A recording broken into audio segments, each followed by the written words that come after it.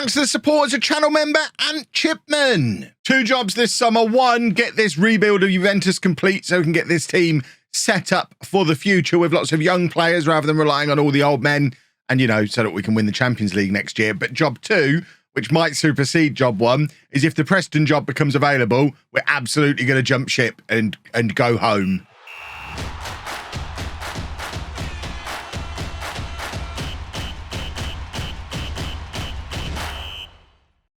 Hello and welcome to Club 5, Part 11 of Non-League to Legend. I'm Kevin. Coming up on today's episode, it is our season review and transfer special. And rather than starting things off with the season review, we've got all these inbox messages that usually come in after that have come in now. So I figured we'd start with them. So there's your confirmation. We got a record number of goals at 104. There's Vlahovic's confirmation that he broke Higuain's record for goals in a season with 38. Szoboszlai also set an assists record. We've had quite a good year.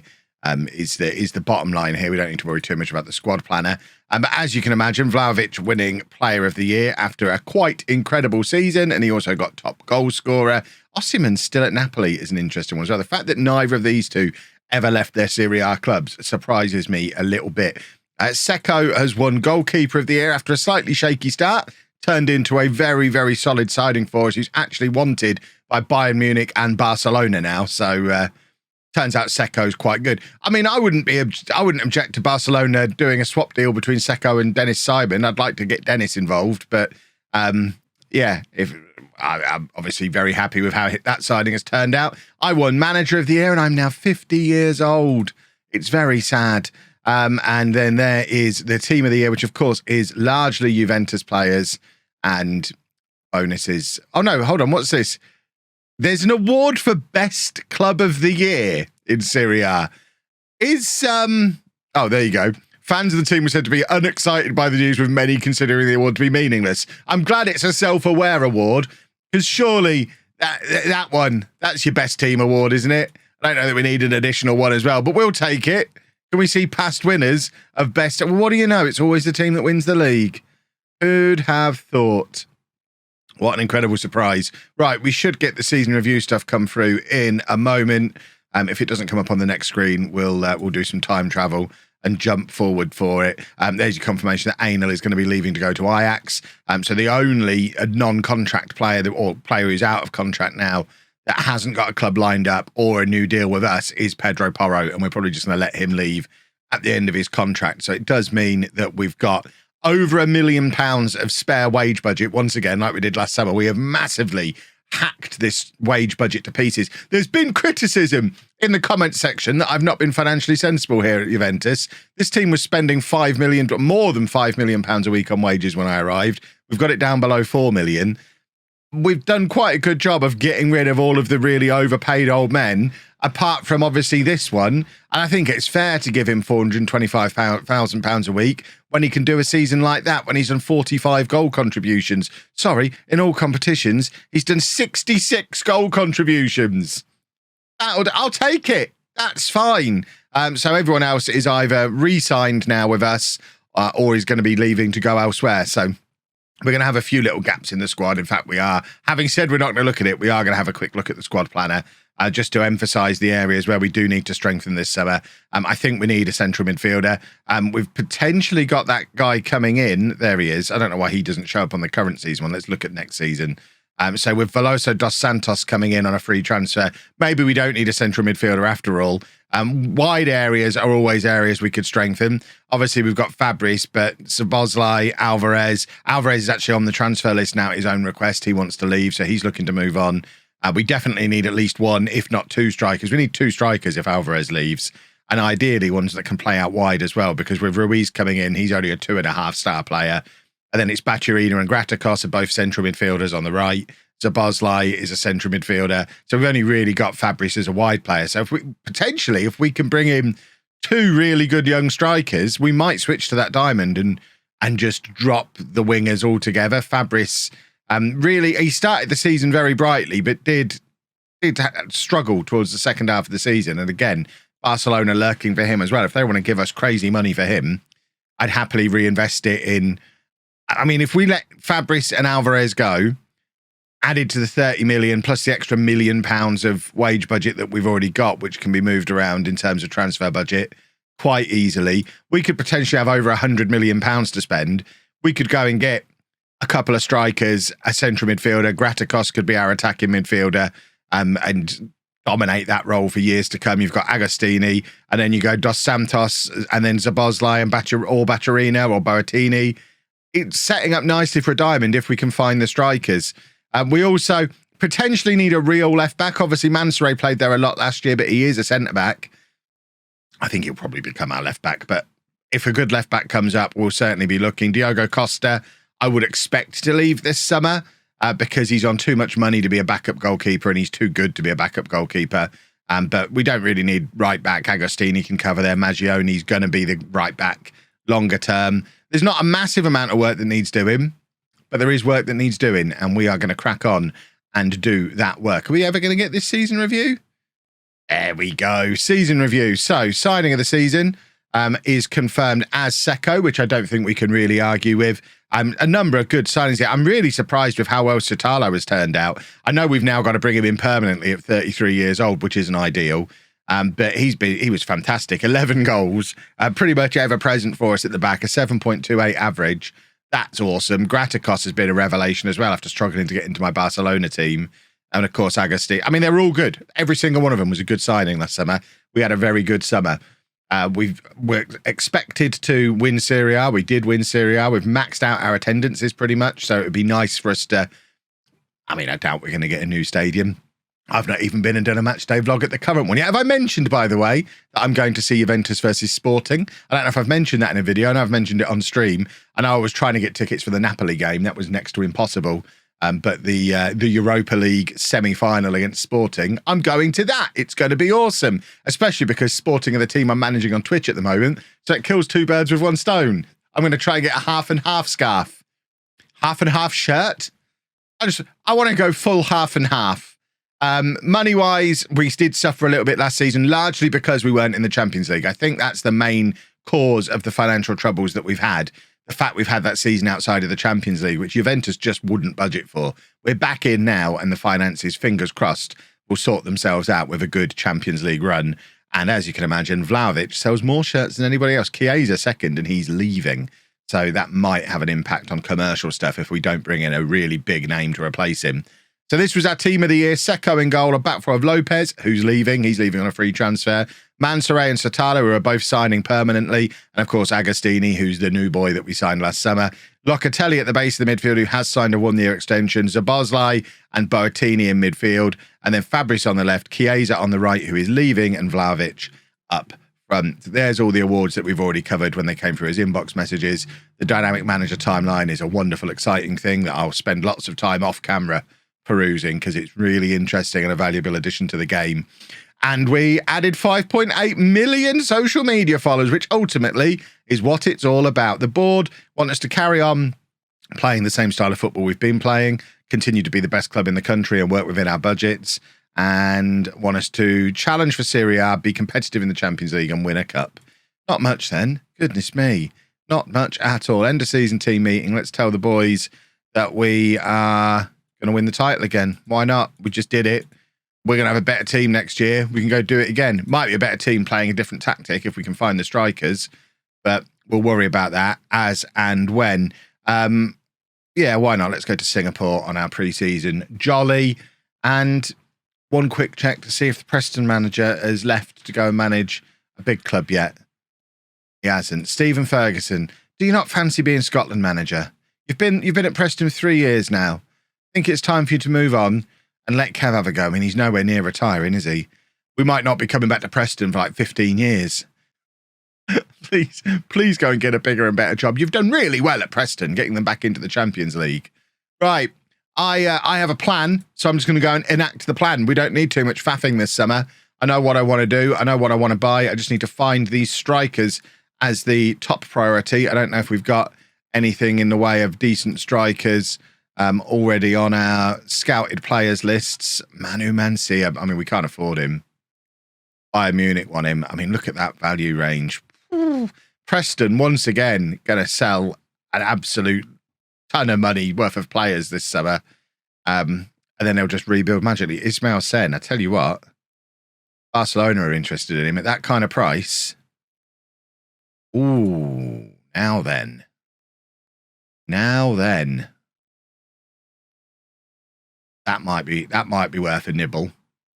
We'll have a proper look. I mean, ideally, we find some young up-and-comer who's not going to cost us 60, 70 million pounds, but Sen at that kind of price is very tempting. Well, we've made it through to the 1st of July, and I have been busy. First job was getting rid of Julian Alvarez. He wanted to leave. He's gone to Zenit for $6.5 million. He just wanted to go. There you go. There's your confirmation that he has left the club. We also tied Zabozlai down to a contract extension. He had been on the transfer list because he didn't want to sign a contract extension. Weirdly, he's now signed. He was out of contract at the end of next season. He signed a new contract that leaves him still out of contract at the end of next season, but he's on much less money now, so I'm less worried about it. He's now down to 190,000. I think he was on like 260 before. He's still out of contract at the end of the year, as a lot of these players are. This is still an ongoing rebuild. There's a lot of players in their 30s still at the club who are out of contract this coming summer. Costa, Vlahovic, Locatelli, Sotalo, who's just signed, Bremer, Zabozlai. It's certainly not job done. There's a lot of players who need replacing, but it's a lot closer than it was, and I have done some more business. So Chiesa, we already knew was leaving. Ainel, we already knew, and Lopez, we knew they were all going, and we've reinvested that money. So players we already knew were coming in. Miguel Angel Ruiz is a new right winger. We knew he was arriving, and he is now in. João Veloso dos Santos, another one who we had prearranged. He was playing for Vitória Guimarães in Portugal, where he'd spent his entire career. He has now come in and is one of the best midfielders we've got at the club at 26 years old. So that is a very handy free transfer signing. And then we went and got a wonder kid. This is our Alvarez replacement, William Bilger. I actually tried to sign this guy in January, but we just didn't quite have the money to get the job done. He's cost us a little bit more now than he would have done in January. I think we had a £25 million deal agreed for him in January, but couldn't get the funds together. But he's 18 years old. He's already played 76 games in the Belgian top league. He's been a regular starter for the last 2 years, got 29 goals in Belgium last year. He's already made his international debut for Belgium, 1 goal from 3 caps so far. Doesn't even turn 19 until October the 1st. He is lightning quick. He's a striker who can also play on either wing. So whether we switch to a diamond or continue playing with wingers, there's going to be game time for him, even with Vlahovic in the way. And yeah, he's going to be a superstar. So that is a huge signing for us. And then we've got the confirmed signings of Mansouri coming in from Man City for 25 million, Graticos from Barcelona for 20, and Sotalo from Arsenal for 17. That one does sting a little bit for a 33-year-old. But obviously those three all came out of last season's transfer budget. So we still have £37 million to spend. We've still got £600,000 a week spare in our wage budget as well. You can see I've identified another striker that I want, Inigo Goretzka, who's at Brescia at the moment, got 19 goals last season for Brescia, previously of Young Boys and various other clubs. Was he at Spurs at the same time as me, potentially? Is this one of the strikers who I decided to bin off at Spurs because we had no room for him? And he'd never get in our team. I think he might have been. The name looks familiar. So we might be reuniting with him as a third striker. We couldn't get Sen. Spurs wanted £90 million for him. But I think if we get that guy in, we are then starting to put together a squad that probably could do a diamond. If we have a look at how a squad view could look on a diamond, we've got a lot of solid midfield players. We just need that extra striker because we've only got Vlahovic and Bilger at the moment. I don't want to be playing Lazo. We probably still need a left back as well. But bearing in mind, we're actually building this team to fit this system. And you can see that it really is starting to take shape, and Bilger likely to get game time on one of the wings because why wouldn't he? So it's ideal that he can play out wide as well as playing up front. And it is already taking shape and looking like a decent squad. So one more striker, a left back, possibly selling Costa and bringing in a young goalkeeper would make sense as well. And then I think we're done. The Preston job is still not available. I'm just going to double check. I haven't checked for like a week in game.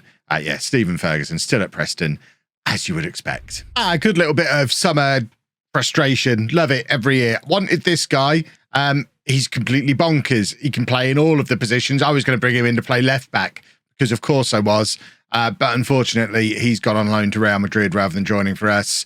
And the former Tottenham guy, the striker, whose name escapes me, Gurat Saga, has gone to Barcelona for £25 million, which is a bit of a shame because at 25 million, he was an absolute bargain and we've missed out on him too. We have managed to bring in a backup goalkeeper, Marvin Benoit. I had to tell him he was going to be our first choice goalkeeper. I'm sure that won't create any problems further down the line. But he came in for £6.5 million, which means we're able to sell Diogo Costa, who's out of contract in the summer. He's off to Aston Villa for £18 million. He was on 100 grand a week as well. So that's just some sensible business there. And we're also selling off a bunch of our fringe players. There's quite a few of them that are leaving for various smaller fees. But it does mean that we're still sat here, £32 million on the table, still need a left back, still need a third striker.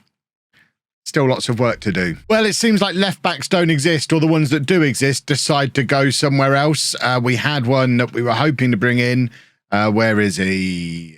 This guy, Emmanuel Hernandez, who we could have got for £40 million from our athletic club, and he went to Bayern Munich. And that's the second left back we've missed out on this summer. So I made myself feel better by bringing in attacking players. And we've got our third striker, who, similar to Bilger, can play out wide as well. He's another Belgian international.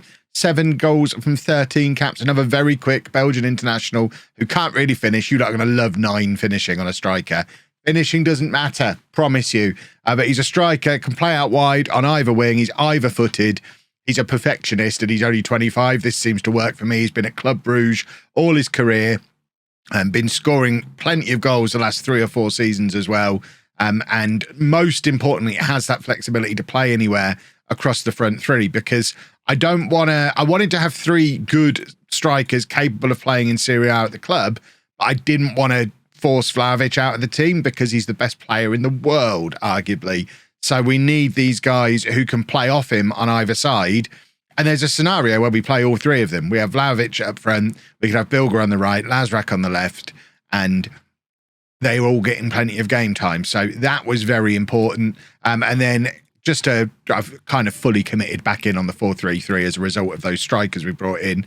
So we brought in a backup winger as well. We lost Chiesa, we've lost Alvarez, and we've lost a few options who can play out wide. This guy is nothing special, but he's a big boy. He's got decent physicals. He's decently quick. He can play anywhere across the attacking midfield 3.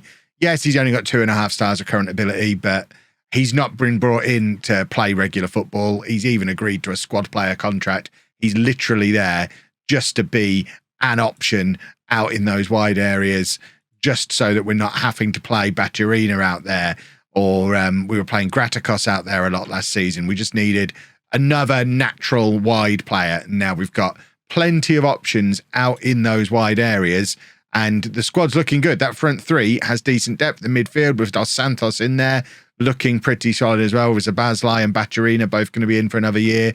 Agostini at the base works. The one area where I still really would like to bring somebody in is left back. But like I mentioned, we've not really got anybody at centre back. I mean, we've got both Leone and Mansoret who can play left back if needed.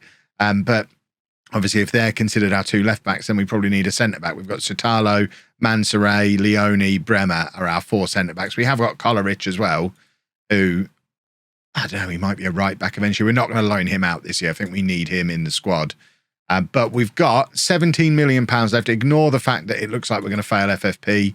That will sort itself out. It always does. And ultimately, that's a problem for next year. I'm not going to be here next year, so it doesn't worry me. I am still behaving myself with the transfers. I'm not using the Never Never. Barely any transfer debt at the club. That's largely in goal bonuses and stuff like that. I'm not doing loads of stuff on the Never Never. I am behaving. But we do need to find a left back that we can get for £17 million. I've exhausted my scouts. I'm now talking to my director of football, who's suggesting Amaferri off of Barcelona. We potentially can't even afford him. And he's not, I mean, I don't know that I want this guy to come in and be a starter for us, but we've got Preston's reserve left back, who used to play for us. But again, it's a lot of money for Preston's reserve. Can we get this guy on loan from Manchester City? Do you want to come in on loan? Even he is no better than what we've got. He's no better than Mansoray in that position. So maybe we just go all in on Mansoray as left back and bring in another centre back and just decide that Mansoray is actually our left back. Maybe that's the sensible thing to do here. And sign a new centre back, because left back wise, I mean, look at Phil Brindley now. Remember him from Spurs? He'd be a nice one to. Why did he only play 5 games last year? Was he injured? Not really. Why did Phil Brindley only play 5 games for Spurs last year? Does the game just have a blind spot? The AI's got a blind spot for left wingers, because Fabris was exactly the same. I mean, we can't afford him. We have him on loan. No. There's not a chance we're going to be able to sign Phil Brindley because of that kind of price range. But 5 games last year is bonkers. But that's the thing with all the left backs. They're all £100 million plus if they're any good. And then you get down to the ones that are actually affordable and they're not any good. Is that the guy? That's the guy we had at Preston. Bless him. He's like their 4th. He's never been a regular player at Preston. He can't come in and be our starting left back as we try and win the Champions League. And that is a demonstration of the fact that left backs don't exist. How about centre back? If Mansoray becomes our left back, is there a good centre back we can go out there and bring in for a reasonable price? I mean, Lazarov. Who's after Lazarov? Lazarov, Man City want him. Lazarov would be lovely. I'd love to bring Lazarov in. But there's not really anybody there, again, in a sensible kind of price range. Who's this guy? Andre dos Santos, 25 years old, Brazilian international, only 5'11" for a centre-back. Not ideal, but he can play left-back and DM as well. Again, we can't really afford him, but it's another player off of Hertha. Just rinsing Hertha every summer. Maybe we go for this guy because he can kind of cover both positions. I don't think we can afford him. I'm just going to ask my director of football. I'm doing this with a lot of them now to try and avoid using the never, never. I'm just letting my director of football handle it. So we'll maybe try for him. I suspect we're not going to be able to afford him.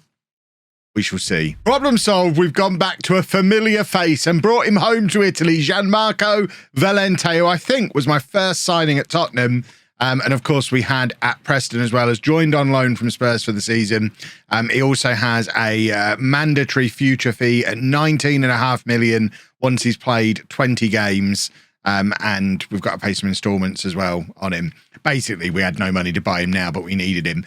As we know about Valente, he's a big boy, 6'4", natural centre-back, but can cover at left-back as well. So we've now got 3 players who fit that mould. We don't have an out-and-out left-back in the squad. We've not been able to find one. But between Mansoray, Valente and Leone, they can all play left-back, even though they're natural centre-backs. So we'll just figure out which one is going to be best out there. I suspect Mansoray and Valente, it's still only 25, 11 caps for Italy as well. I think this is a cracking signing for us. He's an Italian player. We get him back to Italy. Obviously, I know him very well, having been at 2 of my previous clubs. And yeah, Valente is a Juventus player. So let's get him registered into the squad. I think this is probably it now. This is our squad. I don't imagine we're going to be doing any more business from here. We don't really have any more money. I mean, there is budgets out there, but I am a little bit aware of the big FFP thing at the bottom there, which, again, I'm not that worried about because I think it gets resolved once we get our Champions League money for the year. But in the meantime, I'm holding fire. I don't think we need anything else. Obviously, if some brilliant wonder kid presents themselves to us, we have got £27 million to spend. We'll make an exception. But I think this is the squad we take into the new season. We've obviously got nearly a month until deadline day as well. So there might be something that comes up on deadline day. But I think that is a very solid squad. We've improved our backup goalkeeper, or at least reduced the cost of our backup goalkeeper and got someone who's got a little bit of something for the future. We've improved the defence by bringing in Valente.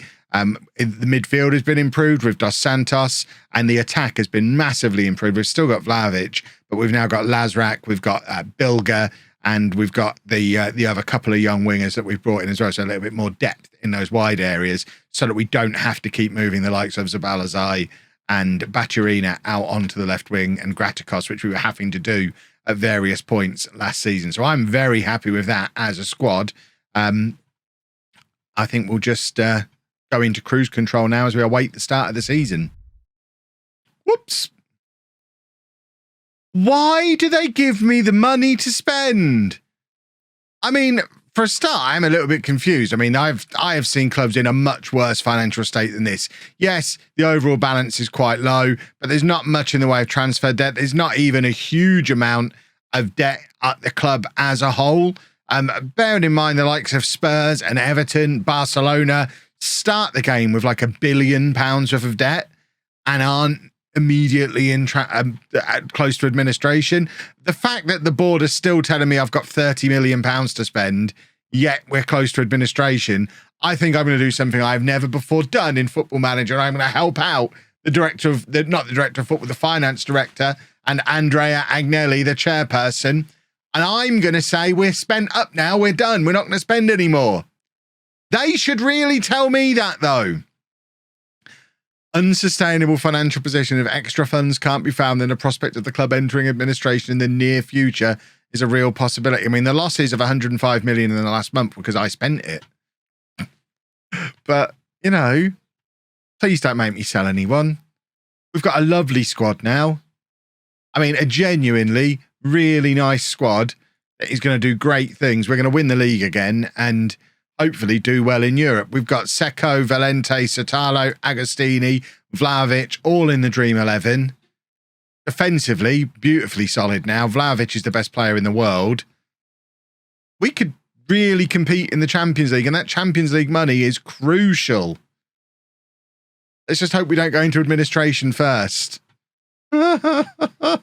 Oh, God, it'll be fine. Right, we're officially head going in the sand. Not going to worry about the financial situation. It will all be fine. We've got the European Super Cup to play against Bayern Munich. That's going to be in tomorrow's episode. So I think we're going to wrap this transfer special up here. I'm definitely not doing any more transfers because I don't want to make the situation any worse. Hopefully we don't have to sell anybody, but we're going to have 3 more weeks of transfer window to survive before we know for sure that we're going to be able to take this squad into the new season. Fingers crossed, everybody. But if you have enjoyed that, please make sure you leave a nice big thumbs up on there for me. Subscribe to the channel for daily Football Manager videos. And thank you very much for watching.